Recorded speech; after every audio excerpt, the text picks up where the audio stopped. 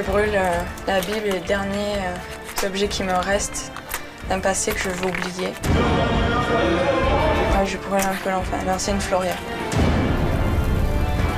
Celle qui s'est faite avoir par des gens que je ne veux plus voir.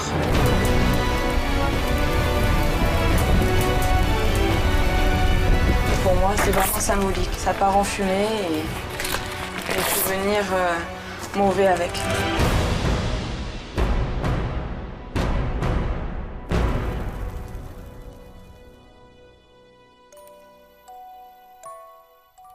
Il y a encore 3 ans, Floria était une jeune fille sans histoire. Mais une simple rencontre va tout faire basculer. Au cours d'un festival japonais, elle assiste à un spectacle d'arts martiaux. Subjuguée, Floria tombe sous le charme de la troupe. Elle n'en a pas encore conscience, mais derrière ses nouveaux amis se cache en fait une secte dangereuse. Moi, c'est vrai que j'ai eu un coup de foudre total pour ces personnes. J'étais vraiment fascinée. Floria veut à tout prix les retrouver. Elle réussit à prendre contact avec le groupe sur Internet. Elle vient de mettre un pied dans l'engrenage. Je me sentais en confiance, j'avais plus de complexe, je me sentais toujours valorisée. Ils me valorisaient tout le temps. Je t'aime, Floria! Je me sentais protégée, j'étais telle une princesse. Ces jeunes font en fait partie d'un groupe d'évangélistes extrémistes. Floria passe de plus en plus de temps sur Internet. Le processus de manipulation mentale est enclenché. Je mangeais en 2 minutes et je redescendais de suite après à l'ordinateur.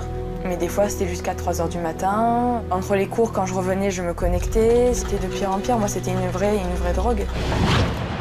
Je sens en moi une mauvaise force qui brûle. C'est peut-être un démon qui est entré en toi. Dieu pourrait te soigner à travers lui. Si je vais chez toi, il faudra qu'on chasse le démon. Mais ça va crier. Après seulement 2 mois, Floria tient des propos incohérents. Ses proches sont impuissants, les membres de la secte deviennent sa nouvelle famille. Elle les appelait mes frères, mes sœurs, moi j'avais une chose à dire, c'était mais moi je suis ta sœur, je suis la vraie, qu'est-ce qu'ils viennent faire là? Ouais, on a eu le sentiment qu'elle les préférait à nous. Quand elle nous a dit « Maman, je suis un ange », je ne savais pas si je pourrais la rattraper un jour. Totalement endoctrinée, Floria suit à la lettre les consignes de la secte. Incapable de distinguer le bien du mal, elle n'a plus aucune limite. On était des soldats. Tout ce qui était boîte de nuit était à bannir. Les musiques de variété ou autres étaient mauvaises. Il fallait j'écoutais seulement de la musique de Dieu. Mais après même, c'était par mon propre choix puisque je voulais faire bien. Est-ce que tu as l'impression qu'ils auraient pu tout te demander? J'avais l'impression, oui. Parce que s'ils m'avaient demandé même de me suicider, je l'aurais fait. Je m'étais offerte en fait à ce groupe. Hein. C'était vraiment, j'étais vraiment prête à tout. Notre réaction première, et surtout la mienne, c'était de la réveiller, de presque lui donner une claque ou quelque chose pour lui dire « Tu es là avec nous, où est-ce que tu vas ?» Et c'était pas ça qu'il fallait faire. Les parents de Floria se tournent alors vers une association anti-secte. C'est elle qui va les guider pas à pas pendant près de 6 mois. Une seule consigne, maintenir le dialogue, ne surtout pas braquer Floria, quitte à accepter l'inacceptable. Pour ne pas rompre les liens avec leur fille, les parents de Floria accueillent les adeptes de la secte et leurs gourous dans leur propre maison. C'était pour l'anniversaire de Floria, elle fêtait ses 20 ans. Tout le monde rit, tout le monde s'amuse, ce qui fait que Floria était fausse et tout le monde savait ce qu'il en était et c'est ça qui est terrible. Ça a été une pièce de théâtre ce soir-là. Mais qu'on ne pouvait pas. On avait fait ce choix. C'était le choix de les recevoir ici pour pas qu'elle aille là-bas. L'ambiance paraît bon enfant, mais après quelques heures, l'impensable se produit. Le gourou a convaincu Floria qu'elle était possédée par les démons. Il improvise une séance d'exorcisme dans le salon familial. Donc ils l'ont posée là par terre.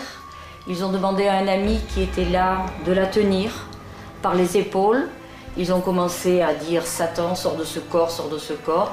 On criait, on disait « c'est pas possible, c'est pas possible ». Et plus elle se mettait à hurler, à bouger, mais comme quelqu'un qui est possédé, quoi. J'arrivais plus à réfléchir, donc j'ai été totalement manipulée. Moi, je suis partie en transe dès le départ. J'avais des mouvements incontrôlés. Ça me fait peur quand même maintenant de me dire mais j'étais à ce point-là, c'était... Quand on sent que sa fille vous échappe comme ça, on a l'impression d'un enlèvement, d'un rapt.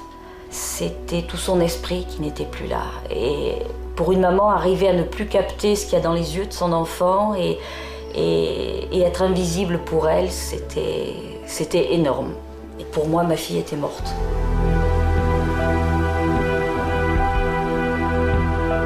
Quelques jours plus tard, Floria décide de faire ses valises. Elle veut rejoindre les autres adeptes et vivre avec eux. Il y avait deux solutions où elle partait. À ce moment-là, la famille, c'était fini. Elle partait et on perdait une fille. C'était un choix, on ne l'a pas adopté. Donc à ce moment-là, eh bien, stop. Elle a été dans sa chambre. On l'a un petit peu aidée à s'endormir un petit peu pour qu'elle se calme. Et puis on a verrouillé la chambre. On l'a carrément séquestrée. Pendant plus d'une semaine, les parents de Floria enferment leur fille. Toute la famille se relaie pour imposer à Floria un véritable sevrage.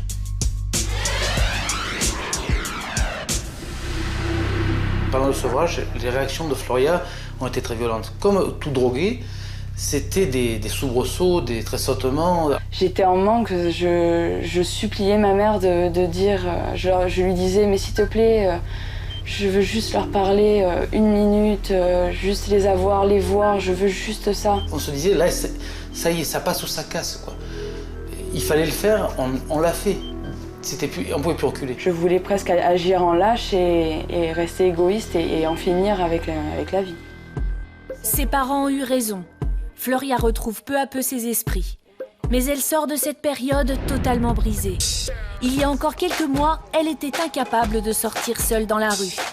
Aujourd'hui, 2 ans plus tard, elle ose à nouveau affronter le monde extérieur avec Marion, sa meilleure amie. Même si ça a été dur, maintenant aujourd'hui, t'es quand même mieux, quoi. Ah oui, mais même beaucoup mieux qu'avant, beaucoup mieux qu'au début, quoi. Que même, j'ai appris justement à me reconstruire. Aujourd'hui, je reprends les choses petit à petit. Je peux peut-être pas encore dire que je vais sortir dans la rue toute seule sans avoir aucun a priori et être vraiment heureuse de sortir. Mais c'est vrai que maintenant j'ai quand même beaucoup plus envie d'aller dans les magasins, C'est l'envie maintenant qu'elle a retrouvée, qu'elle avait perdue. Aujourd'hui, entourée par ses amis, Floria reprend petit à petit goût à la vie. Il y a une joie de vivre hallucinante là. Quand on l'appelle, on lui dit ouais, on fait une soirée ce soir chez un ami. Ouais, je viens tout de suite.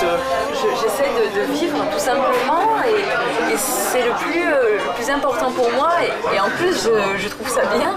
Ça fait du bien de dire ça y est, je suis revenue. Past the infatuation phase.